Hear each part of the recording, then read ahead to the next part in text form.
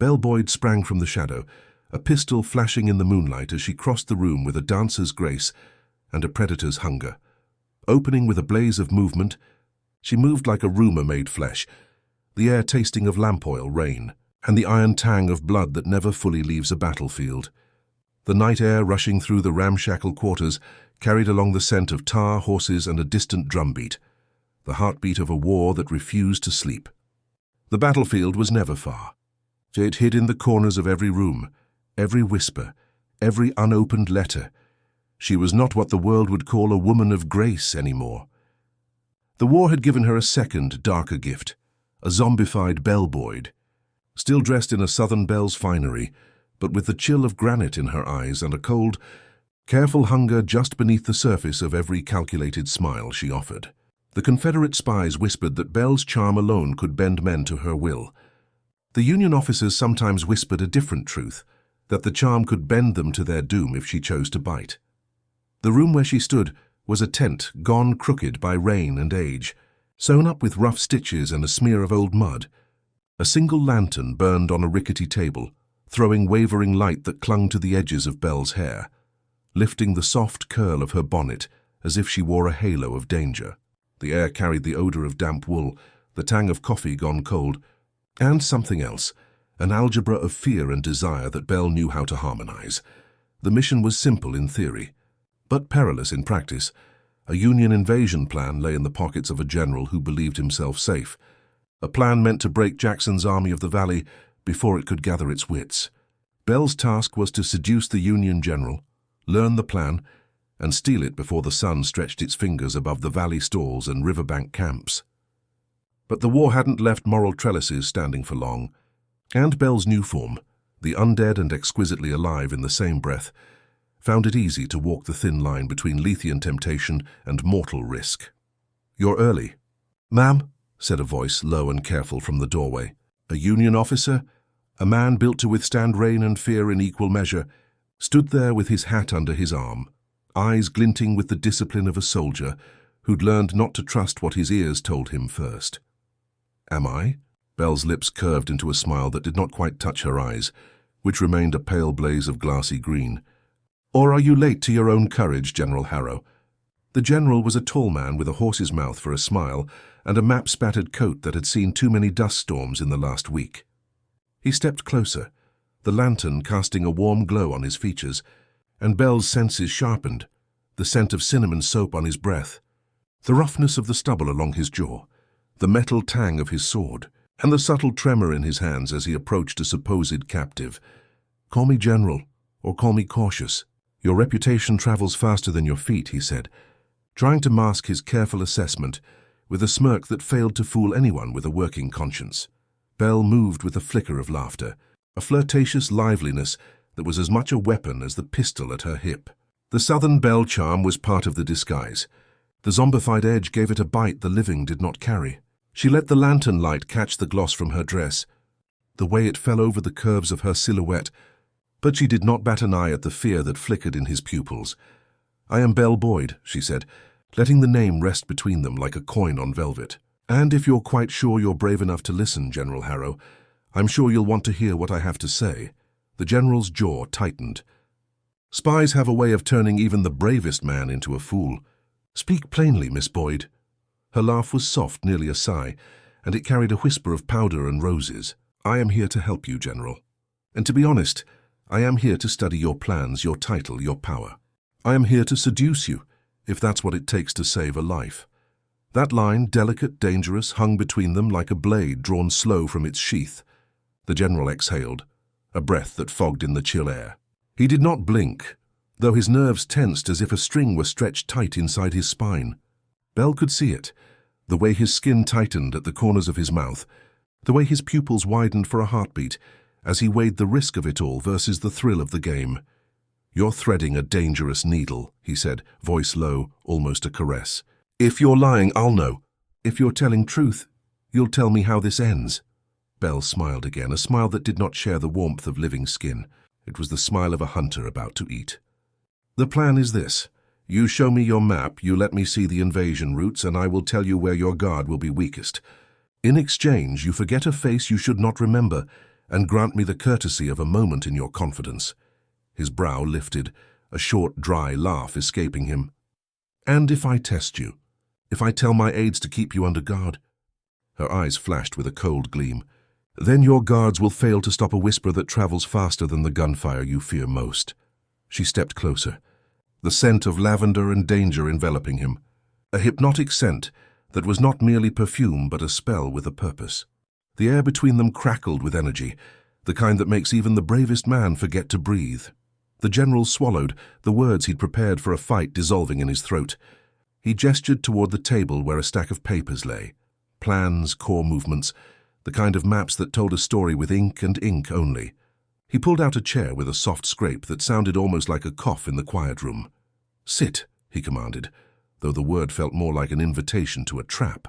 "Tell me what you know and we'll see how much mercy you want from a Union officer." Belle slid into the chair with liquid ease, her movements both seductive and dangerous, as though she controlled the confidence of the world around her, with just a tilt of her head. The lamp's light teased the edge of the pistol's barrel. Her eyes never left the man's face, but she allowed the pose of a flirtatious woman to soften the edges of the steel weapon in her hand. "Your invasion plan, General," she began, voice velvet, "is a river of marching men and iron will. It starts in the river towns, passes through the crossroads near Winchester, and ends, if I read this right, at a crossing you're counting on to cut off Jackson before he can retake the valley. The grid is precise. Your men are confident. But there is a snag." Her smile broadened, and the room seemed to tilt for a moment as the spell worked and the truth slid into the light. The general leaned in, eager and wary. He spoke in careful fractions, the way a man speaks when he fears the answer might ruin him. "What snag?" "The route through the valley skirts a perennial passage where the river tightens," Belle said, lips brushing the air as she spoke, tasting its metallic tang. "If you move too quickly, you'll block your own supply lines. If you wait, you'll give Jackson too much time to reposition. The plan as written is cunning, but it is a map of a battlefield that hates speed and loves misdirection." Her words absorbed into the general like heat into a lavish black cape. He looked at the map again, tracing the lines with a finger that trembled only a fraction. He was a man of precision, of discipline, of the Union's stubborn faith that speed and superiority of numbers would win the day. Belle's knowledge, whatever fragment of it existed in the world before her zombified state, was potent, and it unsettled him in all the best and worst ways. "What do you want in return for such information?" he asked, trying to test her again to catch a lie in the glint of her eyes. She leaned closer, letting him feel the fall of a sigh on his cheek, a sigh that did not belong to the living. "I promise," she murmured, her lips millimeters from his ear, her breath a warm draft against his skin. "If I tell you how to outmaneuver your own plan, you must promise to spare the life of a man who has already shed enough blood for this war to fill a river. You will permit this old spy and this brave soldier to walk away with their lives intact. And you will forget that I was ever here." The general's breath tensed, his jaw clenching, as if he were about to bite down on a nerve. The scent of musk and ink rose from the map, mingling with the sourness of fear in the room. Belle could sense the moment he entertained the bargain, as one would entertain a friend's drink on a long night of duty, with a certain reluctant curiosity, followed by a stubborn acceptance of the risk it might bring. "Which life is it that you want spared?" he asked, the words a weapon in their own right, a test of both their wits. Belle's eyes flicked to the door, to the window, to the shadow outside, where a branch tapped the glass with a dry, impatient sound. Then she fixed her gaze on him again, a conspiratorial tilt to her lips. "The man who is as loyal to this flag as to his own breath," she said, and the echo of her word choice, "as to his own breath," made a small shiver travel across the general's skin as if a cold hand had brushed his shoulder. The exchange settled into a dangerous quiet.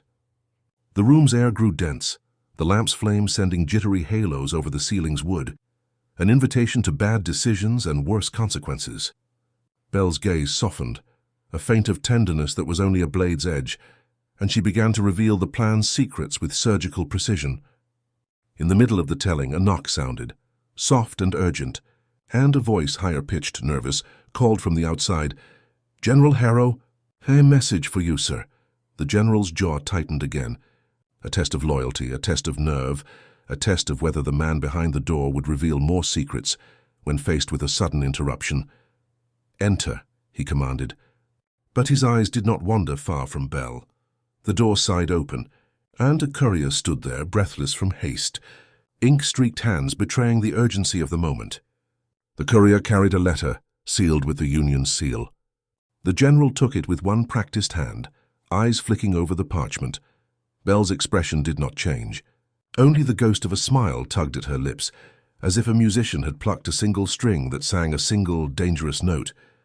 The document's arrival was a coincidence, perhaps, but the way the moment twisted suggested something else, that Belle's presence, her undead grace and deadly promise, had altered the room's calculus. "What is this?" the general asked, though the letter's content was plain as day on its parchment. An assertion of tactical movements, hair change in the invasion timeline, a note that would allow the Union to seize the initiative if acted upon with precise timing.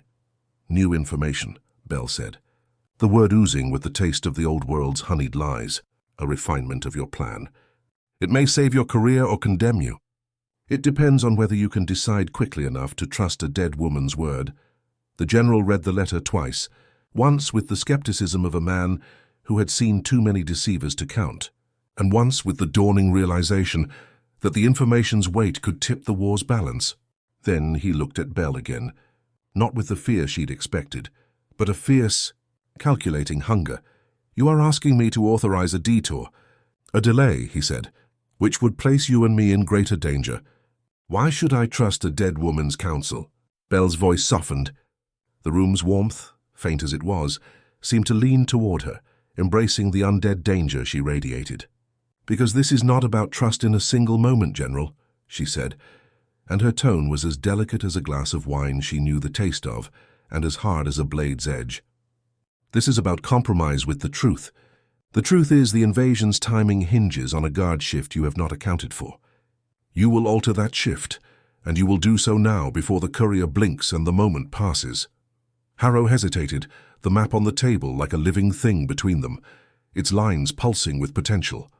The lamp seemed to grow heavier, the air thicker with the weight of decisions that would reverberate through the valley's dirt, through the camp's sleep, through Jackson's troops as they lay in waiting for the next move.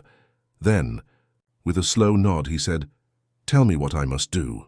Belle moved closer still, so that her breath brushed his ear, soft as a warning and as close as a kiss that was never meant to be honest. "Shift your guard from the northern crossing 1 hour earlier than your timetable. Move your artillery a mile closer to your left flank. And you must send a quiet private order, one not to be traced to you. General, a message to your quartermaster to begin moving supplies to the southern depot before dawn." Her words fell like stones into quiet water, creating ripples that reached the corners the mind hadn't yet learned to see. The general's eyes narrowed, but his hands obeyed the logic of her suggestion, as surely as if a compass spoke in his ear. He spoke a single sentence into the hush. "Lock down the detachment at the fort, then breathe and move." Belle's smile returned, bright and cold as winter light on a blade. She stood tall and alluring and dangerous, the zombie's aura about her like perfume that insists on being noticed. She looked into the man's eyes, not as a drone of seduction, but as a sovereign of information, a queen who held the key to a fortress by the width of her gaze. "Now we part," she said, stepping away with the grace of a dancer, finishing a ritual. "I will tell you nothing more than is necessary for your success, and I will take nothing else from you except your word that you will not pursue me beyond your own fear. If I am captured, the truth I carry will burn for you as a memory you cannot extinguish." The general's jaw worked, a decision made within him as if a stone had settled into the pool of his heart. "This is treacherous, Miss Boyd," he said in a voice that carried both caution and something darker, a voice that spoke of grudges and the weight of the lives that hung on the next breath.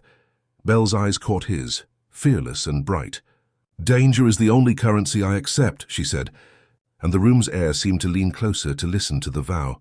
She turned toward the door, ready to leave, to vanish into the night's fog and moonlight that hid soldiers and secrets alike.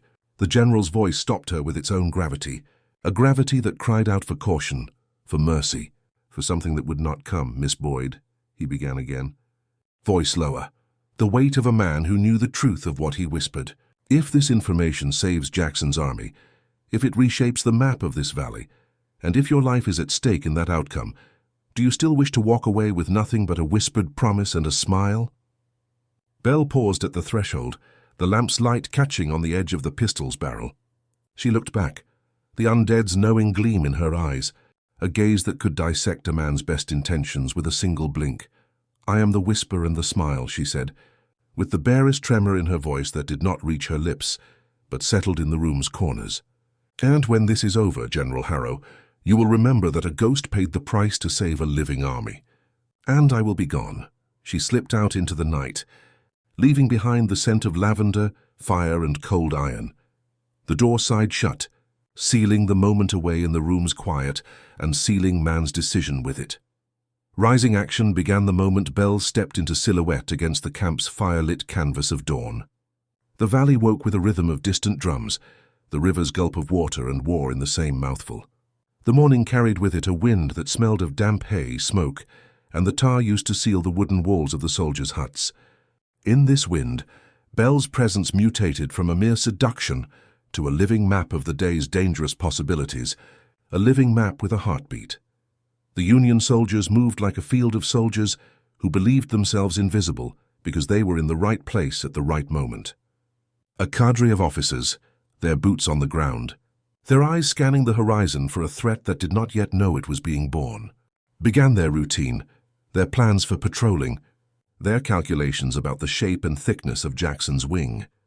The plan Belle had leaked into Harrow's hands, though she had not literally leaked it, for she was the one who supplied the precise details that could tilt the day, was already taking shape in the minds of men who would march into danger with the certainty of a sunrise they thought would happen. Belle's stroll through the Union camp had become a ritual in the short hours between dusk and daybreak. The scent of coffee, the clatter of tin cups, the soft clipping of horses' hooves, the murmur of voices as men argued about patrol rotations and the correct times for dinner. The air held a certain tension as the sun's first light pressed through the mist like a blade's edge. Belle, undead and elegant, moved as if she had no need to fear harm. Spiritually peaceful yet physically dangerous, she waved to a boy with a mess tin and a swollen knot of fear in his larynx, smiling as if she were a dancer in a courtyard and the boy a spectator. Her smile caused a few of the soldiers' eyes to widen and then narrow with suspicion.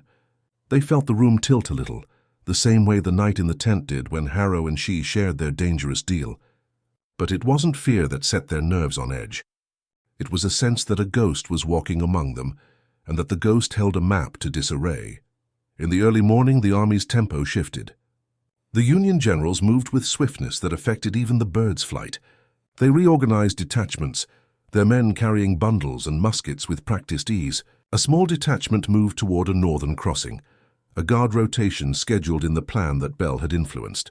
The plan's timing, delicate, as a thread pulled across a spider's web, depended upon the precise moment when Jackson's scouts would be least prepared, and their own couriers.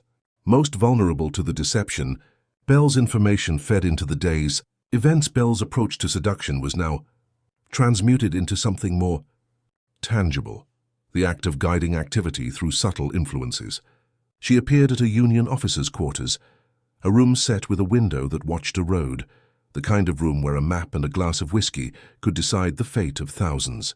She spoke not as a mere flirt, but as a creature who required the general's full attention, who demanded that he listen not to the noise of the world, but to the whisperable truth of the moment. "General Harrow, you intended to cross the river at the point you thought would grant your army an advantage," she said, her voice bright with a sweetness that had the throb of a bell in a sacred hall. "But the river's current runs opposite to your plan's needs, and your own men are stronger boys than they are wise. You must move the crossing point by a mile, and you must take your artillery and your supply lines to a different place, not because you want to be clever, but because you want to win." The general, who had begun to trust the wall's creaks and the lamp's steady glow, listened with a soldier's patience. "What makes you so convinced your correction makes sense?" "The map's lines," Belle answered, lifting a hand and trailing her fingers along the air as if drawing with invisible ink. "They bend toward a strait that your own scouts have overlooked because their eyes see only the obvious." The wrong angle will trap your troops if the river's current decides to rise. Her voice lowered, and a smile hovered again on her lips, the artifact of a smile that had seduced more than one man into misstep.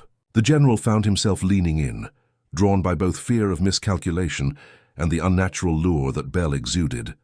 "What about the men in the valley who know how to survive Jackson's cunning?" he asked. "What about the rumor that Belle Boyd, the real Belle Boyd, the spy, had died long ago?" Belle's eyes flashed, a quick, bright spark that suggested both mischief and truth. The room's air thickened with the unspoken history between them, Belle's past espionage, her reputation for worming her way into a general's confidence, and the present danger that made such tricks more necessary than ever. "Rumors are the currency of war," she said, her voice a velvet blade. "I am not here to be believed, General. I am here to remind you that belief is a weapon, and you wield it with your own fingers." The general nodded slowly, the kind of nod that said both "I see" and "I am not sure I can survive this."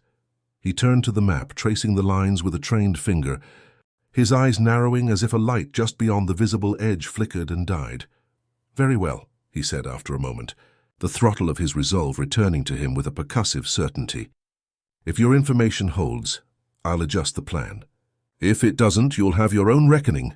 Belle inclined her head slightly, not bowing, but acknowledging the weight of the decision. "I will not pretend there is mercy for those who fail to seize the right advantage," she told him, the I in her sentence not belonging to a person, but to a tactic itself. "You will act now. You will move the guard, and you will alter the river crossing." Her words had a space between them that felt like breathing room, a moment where fate could decide to loosen its grip or tighten around the throat of someone who did not understand the gravity of the thing she carried in her mind. The general looked at the plan again, the paper's edges curling slightly where his fingers rested, and then he closed his eyes for a heartbeat, as if listening to a distant drum that only he could hear. When he opened them again, he turned to his aide with a crisp, almost forced calm. "Make the changes. We move the guard, we shift the crossing. Notify quartermasters, you hear me? And we do not discuss this with anyone outside the room." The aide saluted, the tilt of his head a precise mechanical motion that betrayed nothing but a soldier's ritual. "Yes, General." Belle's smile widened, not a cheery one but a sly cat-like thing that promised both danger and release. She rose from her chair in one smooth motion, the pistol at her hip resting easily against her leg, as if she had always carried it there. She stepped toward the door, then paused, turning to face the general once more. "Remember," she said, her voice a whisper that could either soothe or sting, depending on who listened, "the difference between a victory and a disaster can be a single hour." "Perhaps," he replied, not stepping away from her, not stepping toward her. The tension between their bodies, one a living person, the other something beyond life, made the room feel smaller and larger at the same time, as if the walls themselves were deciding which truth to hold and which to let go. Belle left the tent with the quiet snap of a dress, hem and the ripple of laughter in the air that let the soldiers know she moved with a grace few living women could claim, and even fewer undead beings could imitate. She walked into the woods beyond the camp's perimeter, where the night's fog crawled like a second fabric across the ground, soft and cool against skin and bone alike. The scent of damp earth and the faint metallic bite of the river air followed her, a ghostly chorus that matched the heartbeat in her chest, the heartbeat of the war, the heartbeat of a life that refused to end. The mission's rising action accelerated in the valley, where the Shenandoah's trees whispered with stories of battles and brave, foolish men. The plan's new timing, hushed, private, and dangerous, began to echo through the camp's tents and the river's banks. Belle stalked from shadow to shadow, not out of malice alone, but as a living instrument, a being who could bend fear into action, and action into a tremor that could topple a strategic fortress if enough people listened to the tremor's song. The next day, the Union's movements carried a new rhythm, less predictable, more dangerous, with the sense that something unseen moved alongside the soldiers' feet. The infiltrations Belle engineered with her undead cunning threaded through the camp's life. The way a guard shift changed by an hour, the way a courier's bag was swapped with a decoy. The plan's hidden overlay. Belle had placed it within Harrow's own communications. A second current of information enabled Jackson's scouts to anticipate the Union's possible routes and gather supplies in hidden places the enemy would overlook in their haste. Her dialogue with the living continued in the form of whispered conversations that cut through morning noises and the clatter of equipment. She would approach a lieutenant and speak of the river's secret and the valley's breath, phrases that, in her living cadence, carried danger, seductive rumor, and the exact gravity of what they could mean. The living were drawn to listen to her simply because she spoke with a confidence that suggested she knew something they did not. And in war, knowledge is the most intoxicating poison of all. The day's progression came to a pivotal scene. The moment in which the Union General's staff would learn their carefully laid trap had grown a new branch of necessity, a branch Belle's information market nourished with precision. In a tent with the decision-makers, a meticulous status report would arrive, a routine update on the plan's latest changes in the river crossing and guard rotations. Belle, who had followed the conversation with almost terrifying attention, made sure to interject at the exact moment when a junior officer suggested a pause in the plan, a moment when the room's attention would skew toward prudence and away from risk. "The water will rise," she announced, as if the river itself had decided to speak to him through her breath. "Not today, not yet, but the forecast suggests a spring flood that will complicate your route. If you proceed with the infiltration the way you planned, you'll be dragging your units through a river that's turning into a barrier rather than a bridge." Her voice, now more fevered and urgent, drew a silence that felt almost holy for a heartbeat. Then she allowed the room to hear the river's murmur in her own whisper, a tone that implied an invisible audience, a chorus of men who had died here and would die again if this plan failed. The Union General, guided by her statements and the day's own tides, issued new orders, letting the plan's macro lines stay intact while adjusting the micro steps to accommodate the river's mood. It was a subtle change, a single sentence to the quartermaster, a handful of instructions to the artillery officers, a revised route on the map that would alter the day's tempo. The shift didn't reveal itself in grand gestures. It showed itself in an ordinary morning's deep breath that rose through the camp and settled with a new rhythm. Slower, more deliberate and dangerously precise, Belle's vampire-like patience served her well here. She did not push, she nudged, behind a flirty smile and the glacial calm of a woman who knew how to align a plan's weak points with a smile that could disarm even a veteran. The summer breeze carried a scent of new gun oil and sweet smoke from cooking fires, and she breathed it with the calm of someone who had died and returned with a refined sense of the audience she must entertain to survive. The invasion's stalemate began to tilt. The Union's soldiers, now moving with a cadence that counted seconds rather than miles, found that their plan's rough edges were becoming impossible to hide. The valley's hills, the river's bend, the forest's old tracks, everything was on Belle's metaphoric map, the one she carried in her mind and shared with no one but the most critical lieutenant, the one whose loyalty to the Confederate cause ran deeper than blood. And so the day wore on, with Belle's influence radiating in the smallest corners of the Union's world. The General Harrow, though cautious and not easily swayed, found himself aligning with a truth he had never anticipated.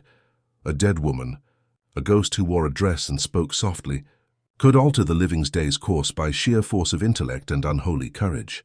The irony of it tasted like copper on his tongue, sharp and unexpected. But in war, irony is often the last, unsentimental ally. Climax came as a single hour of dawn's first light broke above the Shenandoah's tree line, turning dew into 1,000 little glass shards that glittered in the sun and blinded those who looked too carefully at the day's new path. The Union's main crossing point, the line of march meant to cut through Jackson's Way, faced a misdirection, a trap Belle's whispers had laid into the field's air. The Confederate commander, Stonewall Jackson, whom the mythic energy of Belle's influence touched in its own strange way, rode with his staff to a vantage point near a ridge where the river curved. The day's threat now had a face besides fear, an invading force arrayed with drums and banners, a living army of the Union poised to break through. Yet the plan had shifted. The Union would not know that they had walked into a trap that wasn't meant to be a trap, only a misdirection that would become their own undoing. As the morning matured, the invading force moved forward, expecting to catch a sleeping Jackson's army by surprise. What happened next revealed the mountain's old magic. Not a burst of cannon fire, but a chain of small mistakes, a string of misread signals, the slight misalignment of a supply convoy that created a line of vulnerability along the river's edge. The misalignment's consequences multiplied, cascading through the Union line in moments. Jackson's own men, fierce as any hawk with a stone's edge behind its beak, fell into action with a quiet intensity that comes from thousands of hours spent in the trenches of fear. The army did not move as one creature. It moved as a mosaic of small purposeful actions, a waver of leaves revealing a hidden detachment, a rider's horse tripping on a root, a cannonball's whistle that suggested more danger than its smoke could ever reveal. The invasion's early momentum buckled as the misdirection Belle ceded through Harrow's new orders, and the Valley's natural topography bracketed the Union force with deadly constraint. The river's current, the terrain's slopes, and Jackson's pre-existing caution combined into a puzzle that would not be solved by brute force. Instead, it would be solved by the quiet, patient cunning of a ghost who chose a battlefield as her theater, and with the living's consent or not, conducted the orchestra of fear with a smile she kept behind her teeth.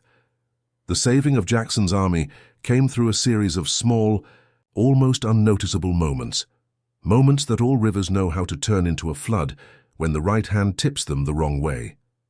A detachment failed to receive its supply orders on time. A scout misread a candle's flame as a sign of movement rather than a warning. A bridge's planks creaked at exactly a time when a column was about to cross. Each of these tiny failures became a thread in a web that Belle's information had woven around the Union's plans. In the end, the Confederate army, supported by Jackson's instinctive courage, secured a narrow, hard-won advantage. The Union invasion never achieved its aim. Instead, it faltered before crossing the river and giving up any hope of trapping the Confederates. The day's casualties, though heavy in certain pockets of the fight, felt almost pale compared to a more significant loss that could have occurred if Belle had failed. The army of Jackson's men, who had fought with the stubbornness of men who believed in a country that must be kept free, though their country was not guaranteed to be, theirs emerged from the day's danger with a renewed sense of their own endurance. The moral center of the story lay with Belle, who watched the days close from a hill's crest as the sunrise spilled like honey into the valley. Her undead heart, kept alive by something beyond the human's reckonings, whether curse, blessing, or simply the war's cruel gift, beat with a calm rhythm as if this victory had nothing to do with the living, everything to do with the moment's truth. She did not take pride in the bloodshed. She did not promise mercy. She simply existed in the moment in which her presence had made the day's turning point possible. The former spy who had lived among enemies, the woman who had learned to move as a phantom and speak as a queen, stood tall as the fog rolled over the valley. She had given Marcus, the general who would one day tell this tale in reverence or fear, a chance to move differently, to act differently, to risk with open eyes and a stubborn heart. The day's end left a question in the air, whether a dead woman's generosity could ever be more than a weapon, and Belle's answer would remain as haunting as her smile. A whisper that travel and power might always require an exchange no one was prepared to pay. Resolution came with quiet, almost ritual acceptance. The army of Jackson, saved by Belle's dance between death and desire, did not celebrate as though a miracle had occurred. They breathed easier for a moment, wiped the grit from their eyes, and prepared for the next day's march. The Union's General Harrow, having witnessed the plan's success and the ghostly hand that shaped it, retained his stoic discipline but carried a new fear within his chest. The fear of the unknown, the fear of a world where a dead woman could be more dangerous than a living one, where the line between ally and adversary blurred into a single, shimmering thread. Belle herself returned to the shadows with a final, careful smile. The night clung to her skin as if the world could sense she did not belong to it in any ordinary way. She moved with a ghost's grace, the scent of lavender and old gun oil clinging to her like a cloak. The idea of escape, of never being caught again, felt less like a dream and more like a necessity she had learned to live with. She would vanish into the fog, leaving behind only the memory of a night when a zombie's heart, if anything, human could be said to survive it, pushed a living army toward a different dawn. The soldiers would talk about the day and the years to come, as people do of the most significant events they survived or were told about. Some would claim she never existed, that Belle Boyd was a partisan symbol and nothing more. that a ghost did not truly guide the world's most violent war into a safer outcome. Others would swear she stood in the moonlight, a figure of mercy and cunning that could bend men to their fate with nothing but a wavering breath and a dangerous, exquisite smile. And perhaps that was the most enduring truth. The war's history was not simply the sum of marches, gunfire, or blood. It was the stories of the people who carried its weight. Belle Boyd among them, undead and unforgettable, a flirtatious ghost who chose to use her haunting to bend the course of a great battle. The army of Jackson survived because a former spy's wiles, sharpened by an unholy calm, found a way to align fortune with a plan's hidden true north. The day closed with a quiet, smoky sense of relief and the inevitable echo of a single question that would follow Belle's steps wherever she walked. Could a ghost save an army? And if so, would the world ever forgive a dead woman for what she chose to do to keep them alive? And so the night drew its curtain against a dawn that would not soon forget. Belle Boyd, zombified and beautifully dangerous, slipped away into the dark, leaving behind the faintest trace of lavender and iron, the scent of a story that would become legend, the scent of a war's most whispered paradox, a vampire's mercy in a ledger of blood. She disappeared into the world's far corners, the living forever chasing the echo of her steps, and the army of Jackson, forever indebted to a ghost's delicate calculus, moved forward into a future that would never quite forget her name. The final breath of the day carried with it the quiet, steady sound of campfires settling, the distant cry of a night bird, and the soft rustle of petticoats and leaves as the valley began to sleep again. Somewhere a Union general stood by a map, and somewhere a Confederate spy, now undead and more alive than ever in her presence, smiled in the darkness. Knowing the war would go on, with or without the truth, she had given it in a single dangerous night. And somewhere, in the fog that never truly lifts from the Shenandoah, the myth would grow tall.